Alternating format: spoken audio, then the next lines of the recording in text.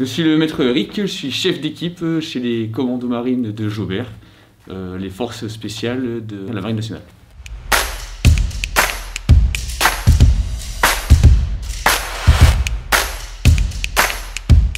Un commando marine, c'est avant tout quelqu'un qui maîtrise tous les éléments. Il fait preuve d'une polyvalence de tous les instants. Il maîtrise le vecteur nautique, qui est sa spécificité et sa force, le vecteur aérien, car nous sommes parachutistes, le vecteur terrestre, car on participe à des opérations spéciales terre également. Le commando Jaubert est constitué de deux groupes d'actions spécialisés, qui sont le contre-terrorisme et la libération d'otages.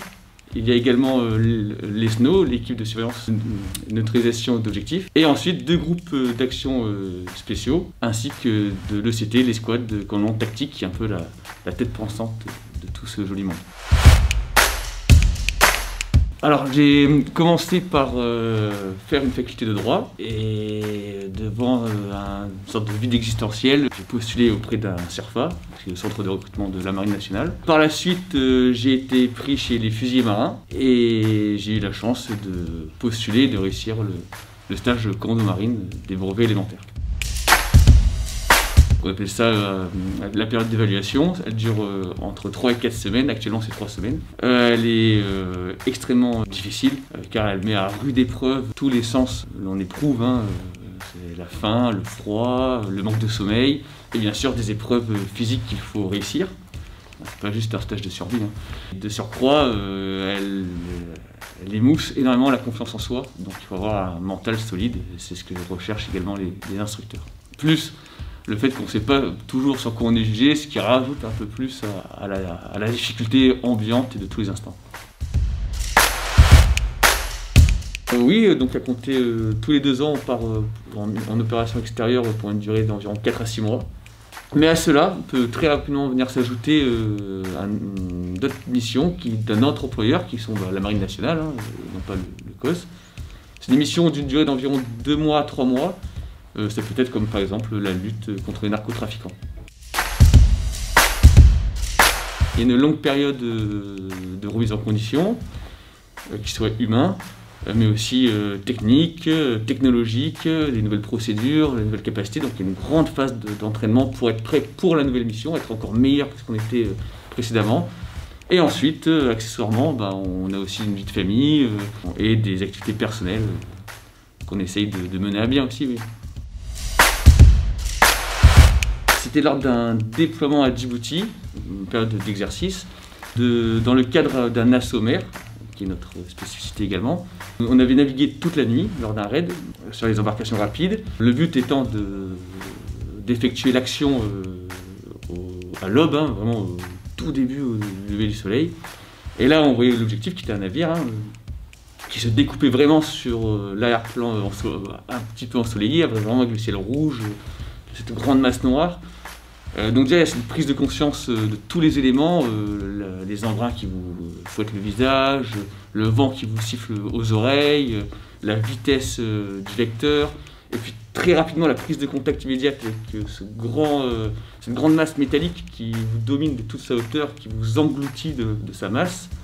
Et tout de suite, la décharge d'adrénaline, il va falloir monter. C'est la prise de conscience que même lors en exercice, l'instant est périlleux, il comporte certains types de dangers.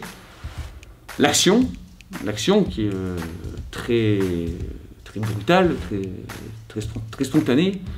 Et ensuite, le soulagement d'avoir réussi, certes un effet majeur, mais qui n'est que le début de la suite d'une mission, mais quand même un soulagement. Vous voyez, donc beaucoup d'émotions, un maelstrom d'émotions en un court instant.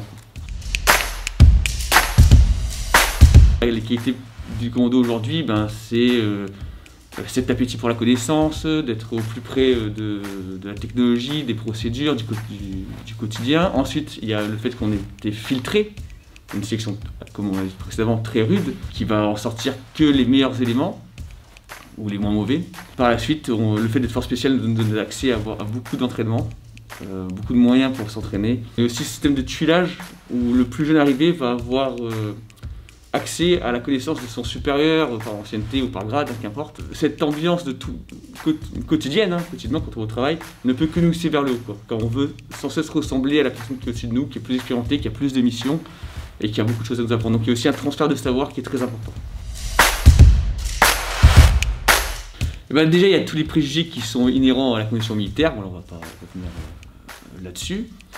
Après, notre qualité de force spéciale, on pourrait croire que tel de véritable narcisse, on aime bien notre reflet, on aime bien passer du temps à la salle de sport et faire attention au physique, être beau et avoir chaque membre de son corps cultivé. Il n'en est rien, de toute manière on est bien d'accord. Qu'est-ce qu'il y a de plus ironique pour un commando que de se noyer comme Narcisse? Personnellement, non, ça peut paraître un peu prétentieux. Il y a ce qu'on appelle le stress adapté, c'est le bon stress en fait. C'est celui qui va nous permettre de se surpasser, de ne pas sentir, vous savez, ces fameuses histoires de la Première Guerre mondiale où on ne sent plus les balles, on ne sent plus la douleur, plus la faim, la soif. Et après, il y a le stress dépassé. Ce stress-là, du fait déjà qu'on est sélectionné, formé de manière assez rigoureuse, ça a tendance à bien polir la chose. Et en plus, encore une fois, on a la visuelle des gens les plus expérimentés qui seront en mesure, je sais que je peux avoir confiance en mes coéquipiers, du faible nombre que l'on est. Si ça doit m'arriver un jour, ils seront là pour s'occuper de moi. Et moi, pareil, je pourrais prendre soin d'un camarade qui en arrive à cet état-là.